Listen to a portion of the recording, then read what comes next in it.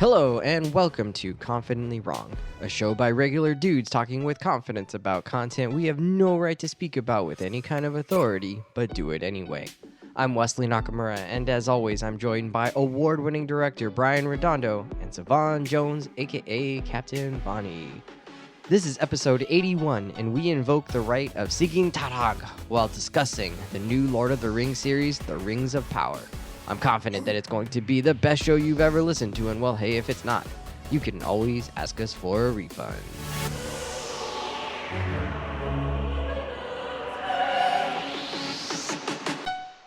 Incredible! Oh, gentlemen, we're back. Everybody's healthy. It's good times. School has started for me and Savon, though, so we've been uber slammed by the beginning of school year amazingness. And you're slammed by children?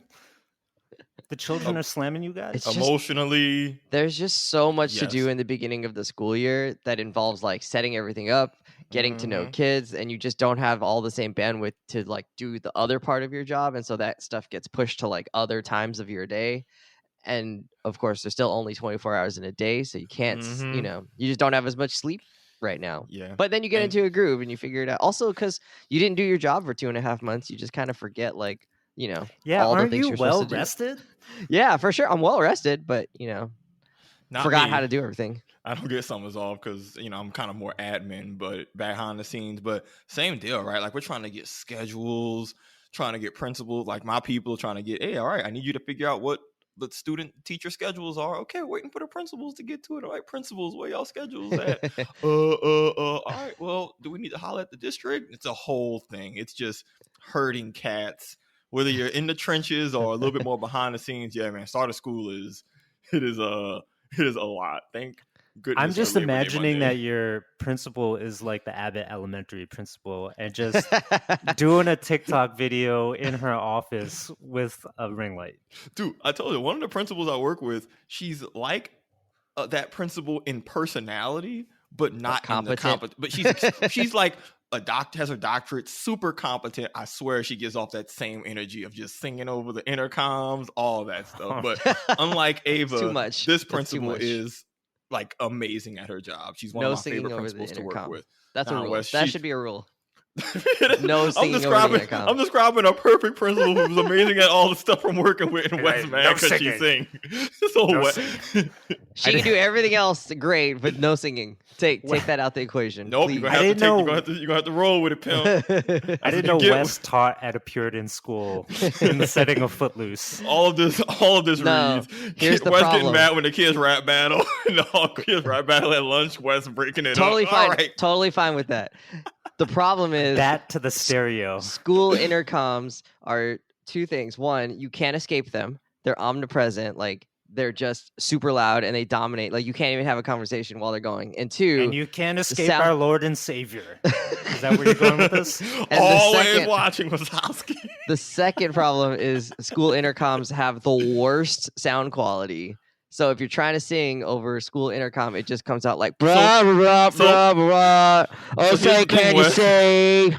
And then you're like, oh my god, my ears hurt, and I don't want to teach anymore. So why is school on the New York City subway? Here's the thing, Wes. All what you're saying is true, but the gains on the culture are absolutely worth it. Like when I see the type of building I walk into and the joy, I'm like, you know what? I'll take that little bit of thing that's a lot if it means that the larger community is better for it. I agree, but then let's invest in some good, speaker systems. Then let's do it. Wes, Put if the that's money the where case, it we wouldn't be matters. working in DPS. Wow. just summon some magical money to just overhaul the intercoms. Hey, get out of here. Kids don't need books; they need better speaker systems. That's what I'm saying. All right, I'm gonna let you Surprise, listeners! We're actually doing a drive to raise money for Austin Public Schools.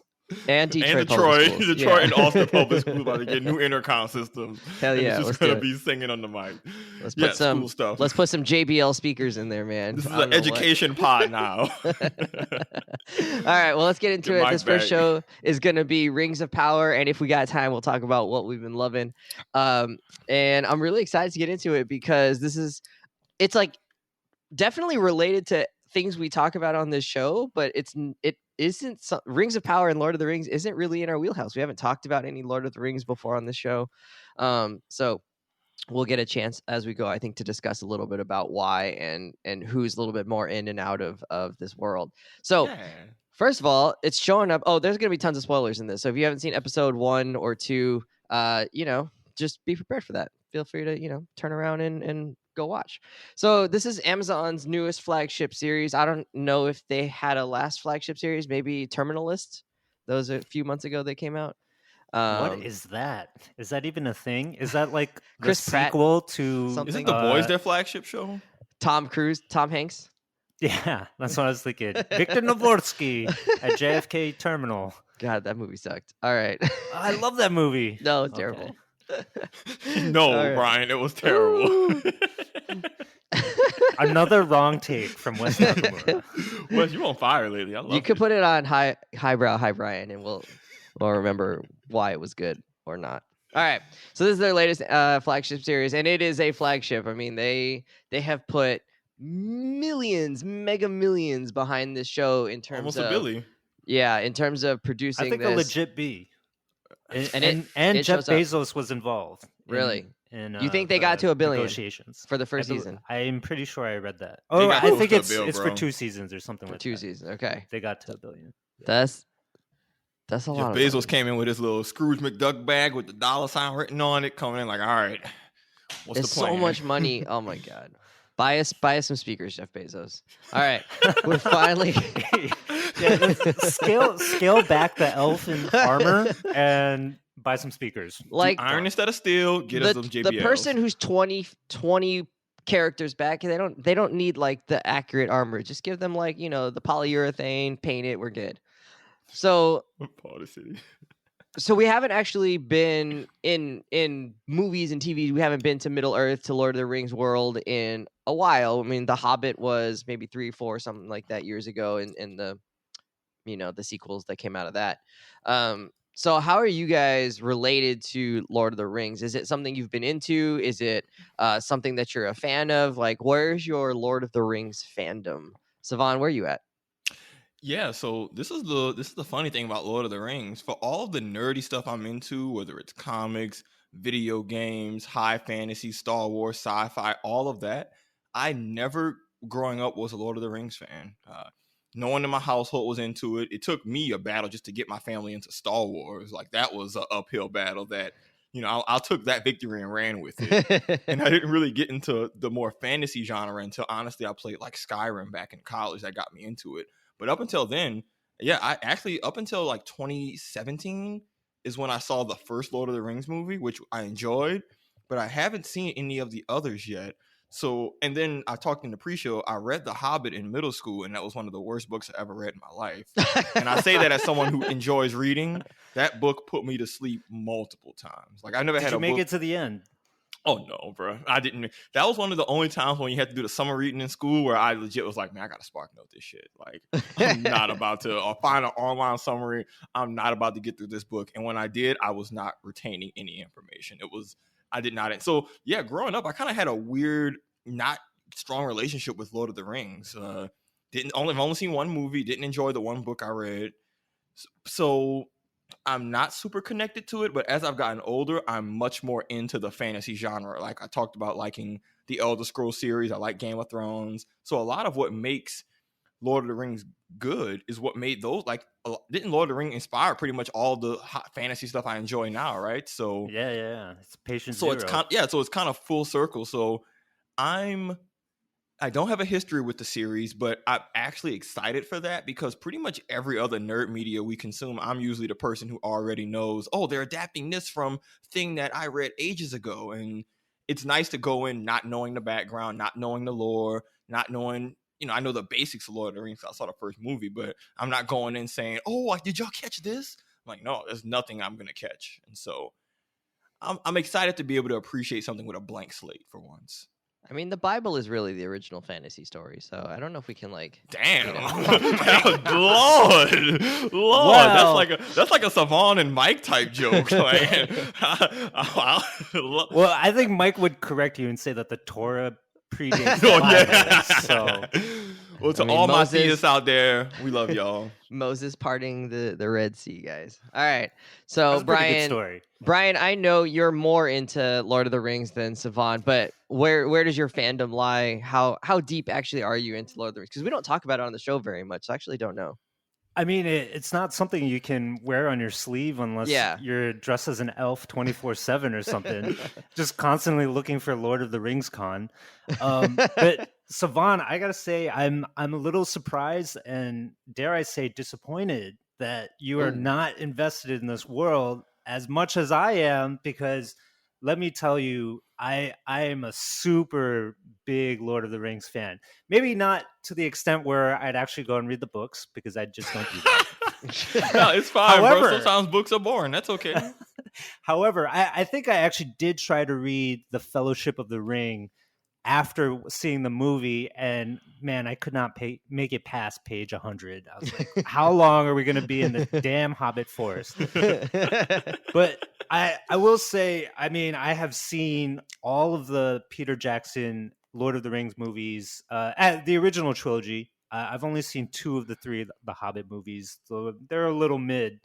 But the original trilogy that came back in the early 2000s, I've seen them multiple times. I've watched the extended versions. I've seen the I wanna making watch of the extended stuff, versions, all the dude. DVD extras. Oh, they're so long. I know, that sounds awesome. They're so long and so worth it. You know, I love long content, I'm dog. so deep into it that my family regularly quotes Lord of the Rings movies. Really? You know, when we talk about potatoes, we're like, yeah, taters, mash them, boil them, put them in a stew. Wait, is that Or from Lord like- of the Rings? That's from Lord of the Rings. And I just thought when that we was talk an about internet meme.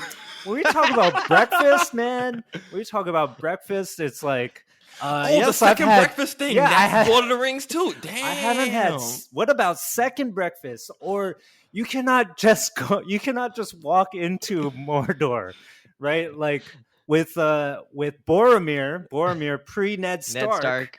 And of course, we know what Oh, 'cause happens he's to Sean Bean. Boromir. Yes, we know what happens to Sean Bean. So all of this originates from the source, direct from the source. I didn't know that Lord was a Lord of the Rings meme.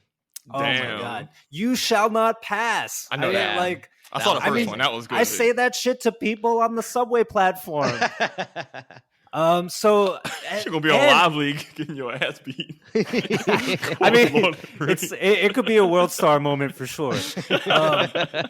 But and to top it all off, at my wedding, Wes can testify to this. I can. That a wizard showed up A at my wedding. Gandalf-inspired wizard. He walked down the aisle With a staff, a wooden staff, with bro, a in his staff, hand. a big pointy hat, and he was accompanied by a little elf who was playing a pan flute and was playing the theme to the Shire in the original Lord of the Rings movies as they presented a gift to us. But I mean, in a a bit of a franchise mashup, they presented a gift of dragon's eggs. So we were kind of having the best of both worlds on that one. But there was a wizard, and people loved it, except for Wes. I That's liked the it. I did dopest not shit like I've it. It was ever just heard. very surprising in the middle of like a very like traditional looking wedding in the middle of the botanical gardens in oh, Brooklyn, man. and then There all was of a nothing sudden, traditional about it. That man said that well, T-word. after that, yeah, no, it was like, oh, anything could happen in this wedding. I'm excited. Like, what's gonna happen next? And wasn't there like a guy playing guitar at some point, like walking around or something in the middle of the What? ceremony? I don't know. There was a band at the wedding, Wes. That's called a band. That Yeah, had I'm like, a okay. No, guitar. not No, during I'm the- no wedding not during expert, the but I've reception. seen Not instruments. traditional. Anything could happen. Somebody might play the drums. So next thing you know, people gonna be dancing and holding hands. Women gonna be showing their ankles. How dare they have singing? Wes, I think I just love how all your adjectives and adverbs clearly have like that little quotation mark. No, it wasn't bad. It was just surprising. Like, what? No, Let's not forget that the oldest story is the Bible. Oh man, we're in peak form today. it was This good is times. great. No, it was That awesome. sounds I was lit, like, dog. oh, I was like, damn, they're going for it. All right.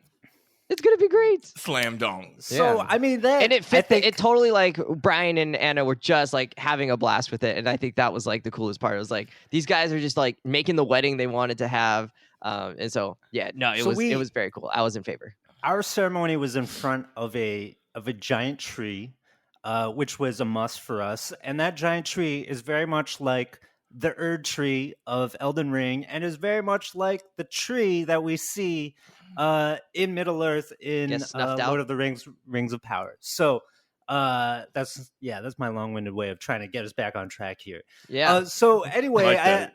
my fandom is big for Big. Lord of the Rings. And how big? Like, give us a different adjective.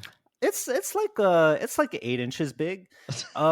Wait, is that big? I don't even know if that's big. Maybe for some of us. Savon's face right now. Depends on who you're asking. So anyway, Personality plays a role too, I'm Where sure. are we going with this show? Saturday morning, folks. Saturday morning. That wasn't me. So I'm all into it. I'm deep in. Jesus Christ. I'm ready for this show. I think what I will say, I know we're going to talk about it more in depth, but what I will say, it feels like a nice extension of the Peter Jackson movies, but finding new things to reveal and show to us. There's way more of Middle Earth to explore. Yeah, I mean, I And will say, like, Wes is still going wild. I think he's just like red in he's the manic. face. He's like, Once he's like, once oh I my start, I god, can can't those stop. things even be said? No, but I do agree though. It does feel like, even though I only saw one of those movies, but I have seen a lot of the behind the scenes of how he made the original. So you're right. That polish and production value, and even some of just the aesthetic, it feels actually pretty consistent. I am not a Lord of the Rings fan. I don't hate it, but they don't capture my imagination, my attention. In terms of the movies, I haven't read the books at all. I'm not even gonna try. I think the Honesty. thing that the Lord of the Rings got made fun of the most was like there's so much freaking walking, right? Like there's just scenes of like epic walking through the mountains, through the passage, blah blah blah, over the fields, yada yada yada, and like I don't know, and then like the hobbits were a little bit annoying, like not Frodo. Who's the Sam? Yeah, Frodo, right? Yeah, Frodo. Yeah, Frodo and Yeah. Sam, huh? Frodo was annoying. I don't know. I just didn't like him. So, I enjoyed the movies. Who's the guy that plays the badass king? Like the cool guy?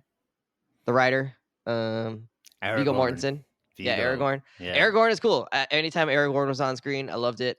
But can Well, Lord of I Rings- recall what any of the stories were really about besides like the main overarching, like we're trying to get the ring to Mordor and throw it in the volcano? I mean, like that no, was basically Yeah, it. that's it. I mean, it's the original hero's journey, right? Like, isn't that the OG hero's journey? it was just Or slow. one of the OGs? It was slow.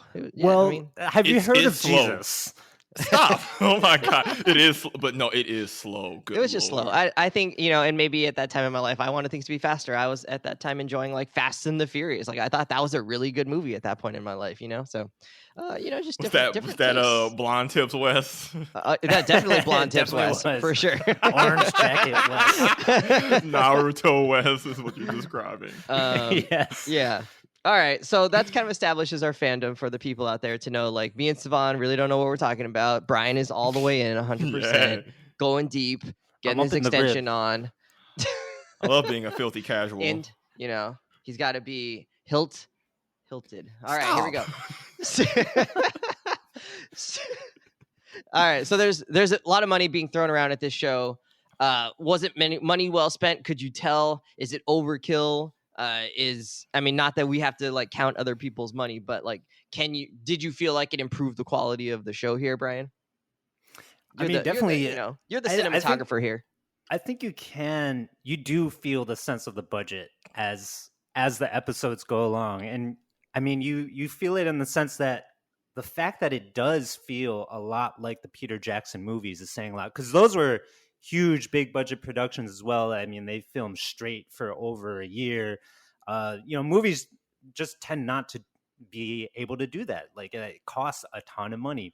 And you can feel that they are doing very similar things here. They filmed in New Zealand. They have a lot of the same production designers and special effects people who are working on this as the films. And so you feel like, oh man, this elven settlement is really grand and lush. Like the armor on I don't remember his name, but the elven watch guy who's got the relationship with the human woman. Mhm. His armor alone is really dope. It's like there's a carved out face in wood on his chest plate. Things of that, or the the ship that is taking Galadriel to Valinor. Oh my all god. all of that stuff. Even just having an ocean or sea setting for scenes, right? Like all of that stuff is very expensive. And so you feel it, and I think they do give you a sense of the epic nature of the story that they're going to tell in this series, because you have all these branching storylines, lots of different scenic locations to take us to different parts of the world to show and explore, and none of it feels like TV. Like this is such a far cry from, you know 8 p.m. Thursday night ABC television, right? Yeah. This is really going way above and beyond. I mean, I wouldn't say that you feel the huge difference between this and, say, Game of Thrones, which also has a very high budget, but I don't think quite as high as this one. But the attention to detail and where they're able to take the story is shines through, right? That Valinor light just comes and blinds you and entrances you in the world. So I don't think it's overkill at all. I think it's actually the thing that boosts the series more than anything. Where other parts of maybe the writing and the storyline could use a little more tweaking, but the production value through the roof. I mean, I agree with Brian in that I think it very much feels like the movies of old, at least what I can remember. And obviously, I'm not a reliable narrator there, but it feels like you're in this town. You're in this, like, where the Harfoots are. I think that's their name. The smaller people that call everybody giants. Like their little village thing like seems really like lived in and real, and nothing ever feels like, oh, they're hiding a green screen somewhere. But when they were hiding, dude, that whole little thing, I was like, awesome. dog, you don't got to be a Lord of the Rings fan to say, yo, this was just that had to have been so much work to just put that together. Like that scene, the direction, it really, I'm like, yo, I don't know. Normally when they do that cartoon, we'll hide in plain sight. I'm like, okay, what are we doing here? Yeah. But then when they really pull stuff off and the steam was still coming off their foot, I was like, yo, this y'all really been doing this. Like, it felt like, yo, this is just a part of like how we operate. And that's to your point, it felt the world has weight and feels lived in a way that can be hard to do. Yeah. Yeah. The lighting, the set design, all of that like really makes a difference there. And then the costuming. Yeah. I was going to say, like, a good point of comparison or contrast is actually Obi-Wan and some of like the running around of little Princess Leia in the woods, and like how like so small those chases felt. Like, yeah. You get the opposite scale. Yeah, you get the opposite scale here. In every setting. Some of those long shots that they took, I was like, dude, there's no cheap way that y'all did that. Yeah, you just literally went to somewhere grand and remote and shot it. Yeah, and just did it. And I like that. I mean, if you're gonna do an epic, you're gonna do an epic movie. Do an epic movie, right? Like, put the money in and make it happen. I it's not my job to count their money, so I'm in favor of it. Spend it all. Let me see it. Make it awesome. But I agree with Brian too that I don't know that I necessarily am like, oh, this is like way better production than Game of Thrones. I think I'm not like missing anything in Game of Thrones and being, I wish they would have made it like bigger, or showed us more. Like, no, I mean, just make it about the story and the characters and like do a great job with it, and it's all good. So I don't know if Amazon could have gotten away with doing less money on this, but that's not, again, like, I don't care. They have thousands and thousands of millions of dollars. So like, do what you got to do. Well, I think in a previous episode, Brian, when we talked about She-Hulk, I talked about how as I get older, special effects kind of doesn't mean that much to me. I think I have to maybe slightly edit that stance or to clarify, it doesn't Always really pulling mean a it lot. back. Well, no, it doesn't. It still doesn't mean a lot, but I think when your story is meant to be one that is very much a visual storytelling and scale, it does matter. So, for She-Hulk, that's meant to be a more grounded show. I don't really care about that as much compared to Infinity War, which is this grand space epic where, I have a higher bar. I will acknowledge Lord of the Rings, definitely one of their strongest points, and I'd say they do it better than Game of Thrones, honestly, is that global sense of scale. They even do a sense of scale that Game of Thrones doesn't quite do. And that's not a knock on Thrones, but I think it speaks to both of these series having similar-ish aesthetics, and yet they still have higher production values and still feel distinguished from another. Like Lord of the Rings has a much more epic, grandiose, smooth, sleek feel compared to Thrones, which is a bit more, I think, elaborate, but also gritty at the same time. So you're going to have more ridiculous armors you might see in Game of Thrones offset by dirt and blood compared to Lord of the Rings, where things are more sleeker and grounded, but the world just feels much more otherworldly, maybe is the word. Like I'm bought into this world. Like their visual storytelling does a good job of really making you realize, this is not Earth. This doesn't even feel Earth-ish. This feels like another planet. Like I know it's called Middle Earth, but like it doesn't feel like anything based in our reality compared to Thrones, where I can still in my brain base it in something loosely. Which again, that speaks to the creative team for Lord of the Rings really having a vision that they are sticking to and making come to life. So absolute props. Like I know Wes, like I'm gonna agree with the budget stuff. It's money well spent. The scale for the show works and sales. Like I'm sold on this story that this world they're trying to sell to me. It's good. Nice. And I think we're hitting on a commonality here, actually, also with Game of Thrones, right? And how this world and Game of Thrones, though stylistically different, feel very rich and lived in sharp contrast to the stuff that Disney is pumping out. And I think a key part of that is that both these shows are filming on location, right? Of course, there's tons of special effects that are going in. Yeah. Of course, the Elven city and Khazad-dum, where the dwarves are dwelling under the mountain. Of course, there's tons of VFX that's going into that. However, some of these vistas, like the plains, even the castles in Game of Thrones, the castles for sure. Like these are real places. These are real places. People on Earth. People meme all the time, right? On TikToks this is where this scene happened. Yeah, absolutely. Star Wars has it all the time too with their older stuff. Yeah, with the older stuff, right? Like they actually go film out in the desert. They're not doing it now, and I think we, as an audience, do feel that sense of falseness, right? Like it does not actually feel like we're there because we know that the characters aren't really there, in the way that they are in both Lord of the Rings and Game of Thrones. Mm-hmm. That's interesting. I don't know that I necessarily get stuck on that when I watch, The Mandalorian or whatever. I mean, I think we know that they film in the void on a soundstage for a lot of their stuff, but I don't know that it really triggers anything in my brain that it's this I think is just not quite grand enough. I think, but there's certainly some weaknesses, but that hasn't been one of them that I've seen.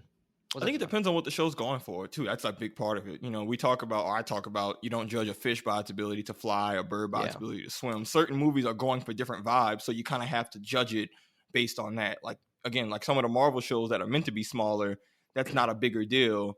Although, to Brian's point, you still absolutely, I think, in contrast to some of these other productions, you feel the difference in the little subtle subconscious differences in on-site filming and whatnot. But fair enough. I mean, it's a fair critique, but also Disney's Amazon isn't pumping out nearly as much content as Disney is. So it's kind of like they're putting all their eggs in one basket on this show, and this is how it's showing, for better or for worse. Yeah. Well, you could also go on location and then have it look terrible. I mean, that's also possible. So they're getting the best of both worlds here by being on location and making it look really good. All right, let's move on to the part that really, in some sense, really matters, right? All we've talked about so far is surface dressing. What does the outside look like? But let's get to the meat and the potatoes here. What are you supposed to say, Brian? What's the catchphrase? The Lord of the Rings. The man quote flesh. No. The man flesh and the taters. I don't know. All right, let's get to it. People. So stories, character, and this is only really the first and second episodes. The others haven't come out yet.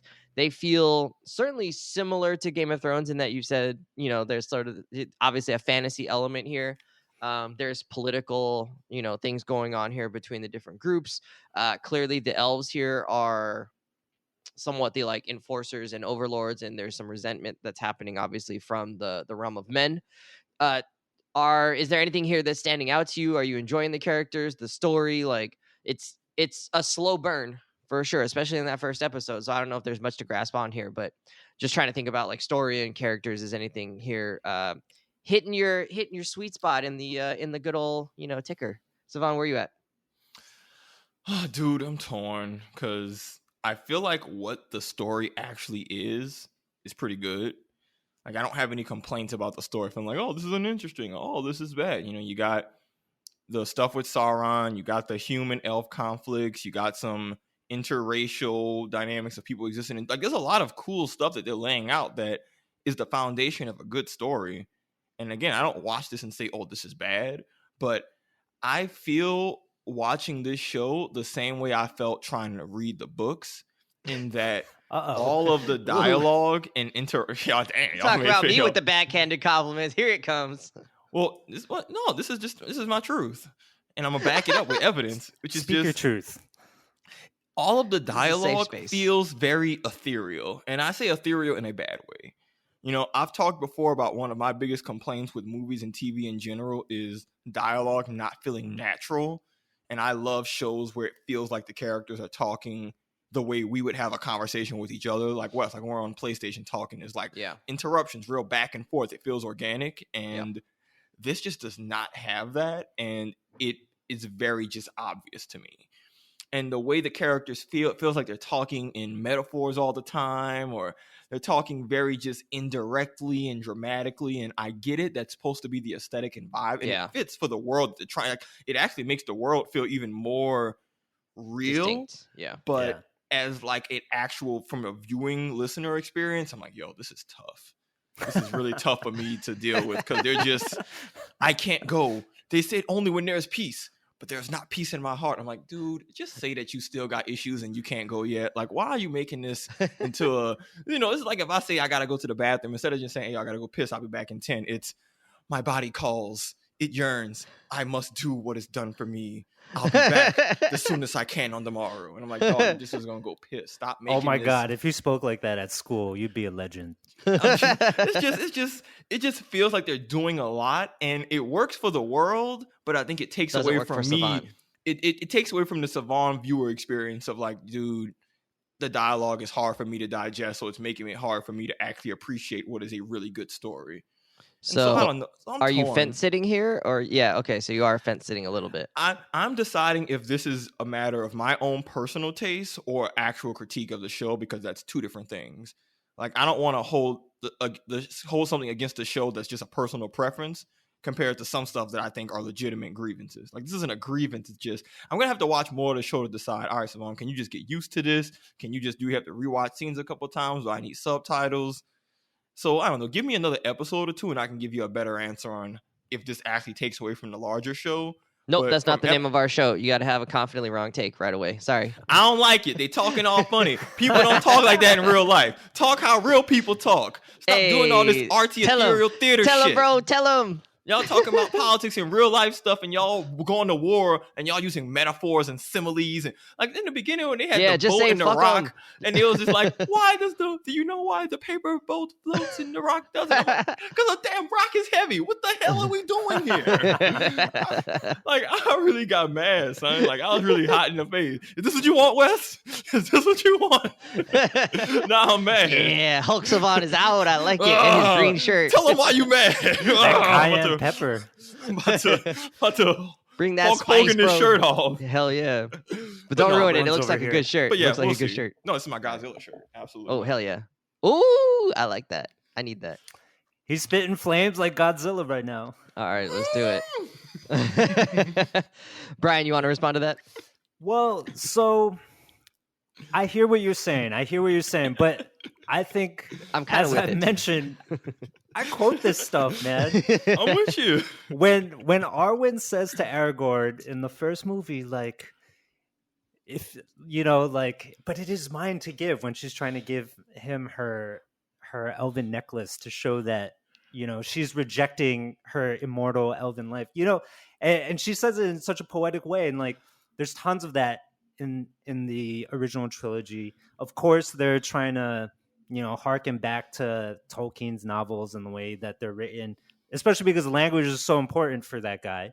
I think by training, by education, he was a linguist, and then He made up different and then languages, right? Elvish, Orcish, all that. he created full on languages for this series, and so I think they're evoking all of that here in this setting, and I appreciate. I like when they talk about things in this flowery way. It, as you said, it does feel very otherworldly. It almost reminds me over and over that elves are not humans, right? Mhm. Elves are a completely different race. They have their own way of thinking. And then when we get to Khazad-dum, and we meet the prince of the dwarves over there, they have a different way of speaking, right? And they're also, they have a different accent. They're more Scottish, and a completely different vibe, right? To me, they actually bring the kind of everyday humanity that maybe you feel like was lacking back into the show, right? Because suddenly you're like, oh, these feel more like my kind of people, right? Like I'm gonna have some ale and mead with these people. Yeah. And then and then I feel like the Harfoots are somewhere in between.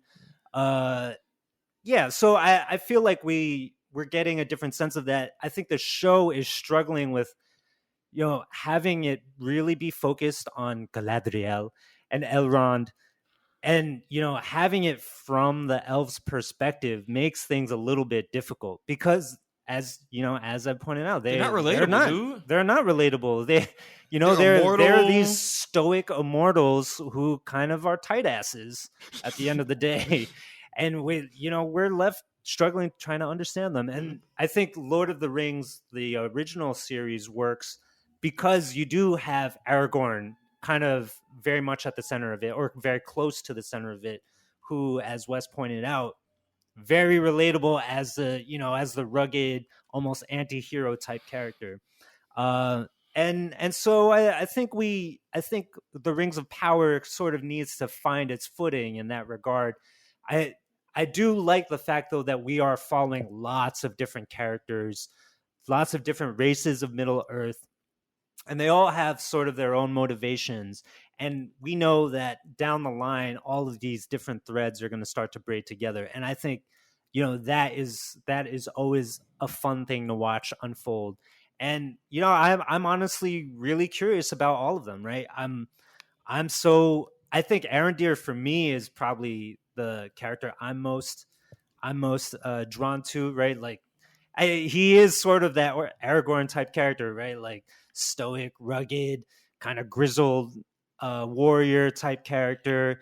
Aaron Has just a gonna be love everybody's affair. favorite. Yeah, I mean, he's Anna's favorite for a very different reason. I mean, it's a good looking dude. Like, that's a good he's- looking dude. If you like, the ladies and fellas, they gonna love him. He's a thirst trap out here.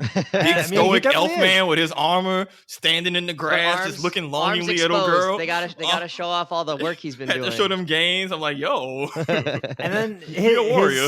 his human love interest, not so bad either. And then maybe they have a love child, right? Like, that's kind of what they're trying We to. got half elves, huh? Trying to hint at. And I actually, this might be a spoiler, but I read also that Elrond also a half elf. I didn't realize that. Oh, really? So there's some interesting layers there that the movies never explored. That I love where they're going with that. And then you have the stranger that pops down from the sky in a meteor. I have Superman no idea. style. I have no idea what's going on there.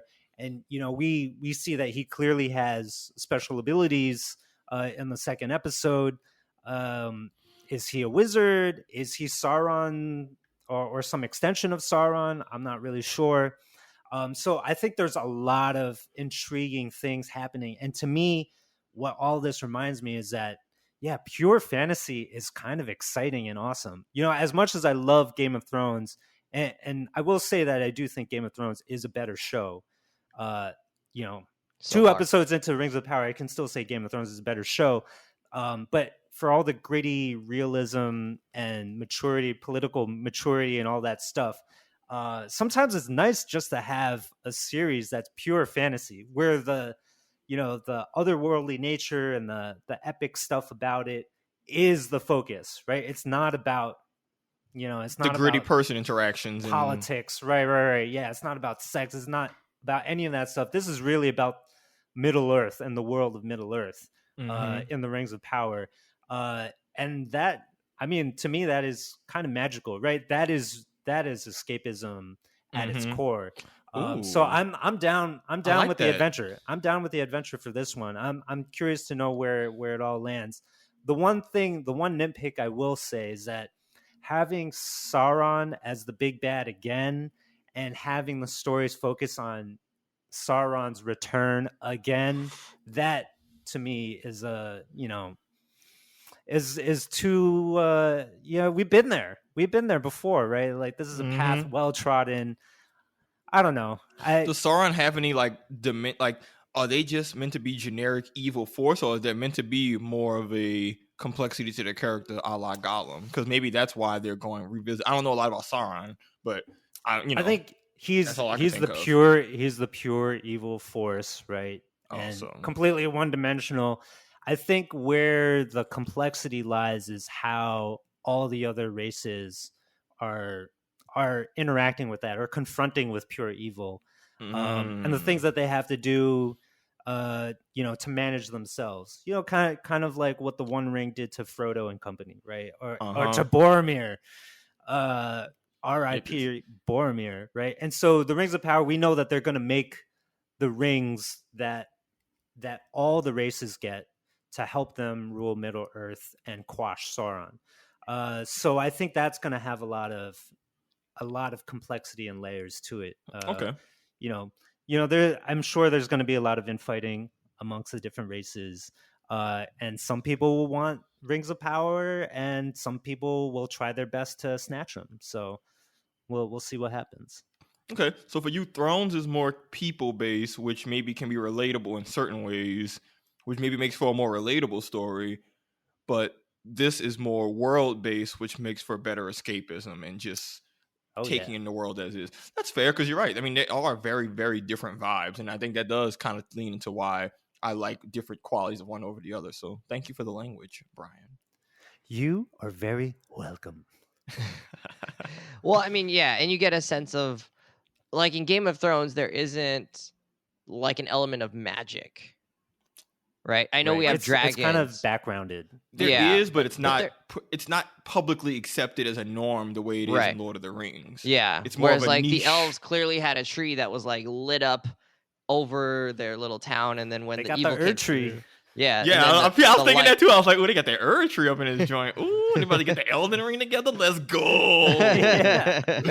We're the tarnished at. Yeah, and they're immortal, basically, right? Or they can live a really long time. Maybe they're not immortal, but they live a really long time.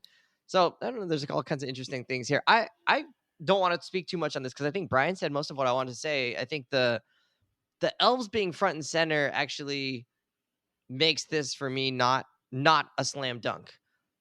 Because they just lack a little bit of the charisma, I think, that I would, that I'd be hoping for. Anytime they're on screen, I'm just like, you guys are boring. I don't know, like Galadriel's boring. She's kind of one note right now. She's just like, oh, I look sad. I'm kind of out for revenge. I'm just a hard ass. I don't care. I don't relate to anybody. All my way or the highway. And Elrond is just kind of like, all right, well, like, let me tell you how it is. Okay, we're moving on. Let's go. Like, I'm just gonna be here. And I don't know, the elves just feel to me, at least the elves in this little settlement area, they feel very much like, whatever. I don't care about you. You guys are kind of like boring. But anytime Arondir comes on the screen, I'm like, oh, something's gonna happen. Like, this is cool. Like, look at this little tension building between him and the drunk dude, and like, he's out here. And then he puts like the cow, like the cow poison or the cow like milk blood on his hand. Like, what are you doing, man? Like, put some gloves on. Yeah, That's what came to mind. Put some gloves on. like, dude, this No, dude. Well, I was also thinking, like, it's oh so man, like they're clinical. just like showing his badassness, right? Like he doesn't need gloves. He's just ready to like, figure it out and go for it. And then he's like, I'm off and I'm going off to da da da. And like, and his little No time to love. explain. Yeah, exactly. And his little love, problem here that he's got with his lady friend as he's like has to leave, and he's like heartbroken, but elves don't have emotion, but he's showing it. Like, I mean, you can tell like he's very upset by this, and his his mutiny basically, right? He goes AWOL from his post. You get a sense of like, actually that's a really big step. Like that's him declaring like, oh, like I am here. I am willing to take, like, I'm taking all the risk by being right here with you right now. And we don't even know why, right? We don't know what the rules are.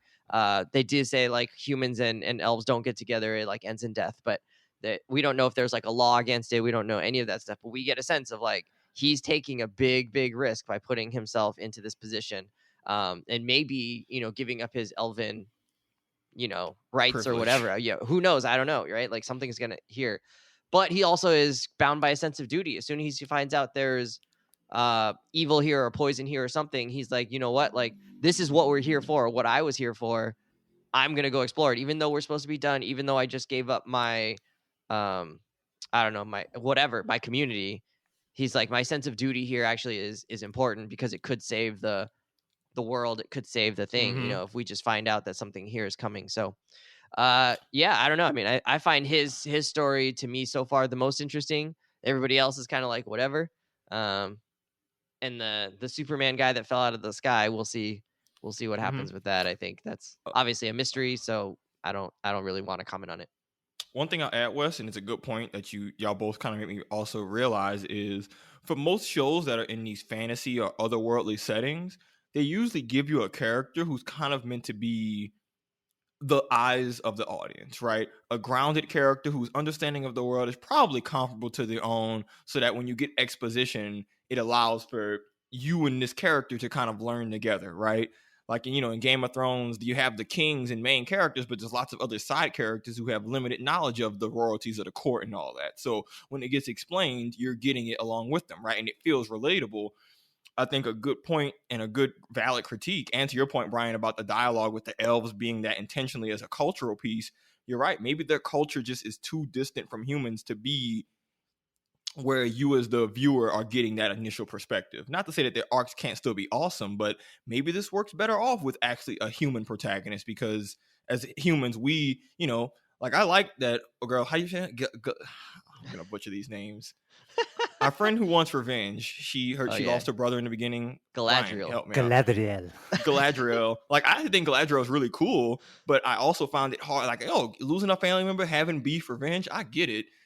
I can't relate to being so immortal that everybody around you moves over it and you can. Like, at that point, I'm like, it is hard to identify with the mutiny happens. I'm like, yeah, you tripping, dog. But it's hard to identify because, to your point, it'd be different if it was a human character who you could feel like, they haven't gotten over this trauma. They're not immortal. So you can relate to that a little bit better. Like, I can see how in 10 years I could still be upset about something. I can't relate to somebody being mad about something centuries later, and that's the one of their driving character points. It's true. Yeah. And they talk funny. It's time to and move they on, don't show bro. emotion. It's time to move on. Yeah. Or like, I get it. It doesn't have to be time to move on, but your character makes it hard for me as a human to be able to relate to that struggle. Compared to other revenge arcs with humans, where you're like, I get why someone, like everything involving Zuko, right, in Avatar or something, where, hey, I get why you would do this really foolish thing, because as a human, I understand our relationships, timelines, values, and stuff. So it's more relatable. But we'll see if they correct that. But I do think, y'all, that's a very valid criticism. Yeah. It makes the show kind of hard to latch onto, and and the elves keep talking about all this lore that I think is also very confusing. Like, I don't even know who Morgoth is and why they keep uttering that guy's name. And because the show is focusing around these elves, right? Like, they know everything. Yeah, they know everything. So they're not a good surrogate audience member, right? Like, I think my hope is that's where they'll kind of reconcile that, is when the elves start interacting with the non-elf folks out there, right? We know that they're going to be on a collision course with the Harfoots, and that main Harfoot, the girl, I forget her name, but right, she's obviously interested in moving away from just the Harfoot culture and learning more about what's out there. And so she's probably going to serve that role. And then we got a little bit of it with Elrond when he is meeting with the dwarf prince, right? And who he hasn't seen in 20 years. And to your point, right, for Elrond, he thinks of it as just, like a few weeks went by when I didn't see what he calls his friend, but the dwarf prince is livid with Elrond. He's like, you missed all the most important moments of my life. You missed my wedding. You missed the birth of my children. Where have you been for 20 years?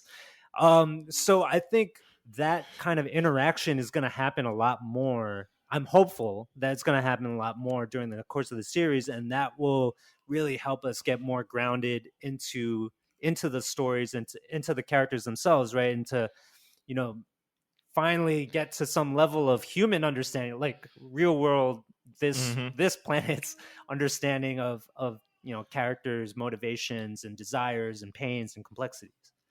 This show is the same. This show has helped me realize this is the same reason I don't like elves in Dungeons and Dragons. It's like the same trope of just they're stoic, not fun, immortal, and just kind of emotionally distant from everybody and dramatic. So even in the games, I'm like, oh my God, it's an elf. They about to make this as long-winded and as complicated as possible. And I'm like, this tracks. This tracks hard. Yeah. All right. Well, don't like elves. We were gonna talk about the quote-unquote controversy surrounding this show. It's getting kind of review bombed. I think there's been some negative backlash from some people who haven't enjoyed either the writing or the way they've centered it around Galadriel. They haven't necessarily enjoyed that there's way more people who appear to be black in these different races. So the Harfoots have some folks who look black. The dwarves, even the elves are now not just a monolithic, Aryan something or other. Like there's people of color in there as well. And I think that's Asian elves. I don't know. I didn't catch anybody. I've seen one yet. I don't know if that's. I don't know if that's what's rubbing people the wrong way so much as there's this like idea that shows are rubbing people the wrong way. But it's like they couch it in the way of like, oh, they've changed what quote unquote Lord of the Rings is, right, or has been in the past, and they feel like the show is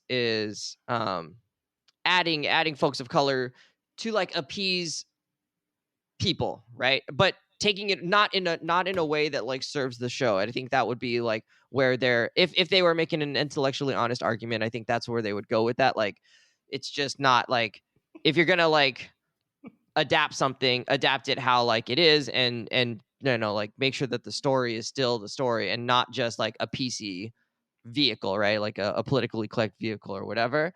And I think it's the official stance of this show that those people can go fuck themselves. So that's all we'll say on that. Yeah.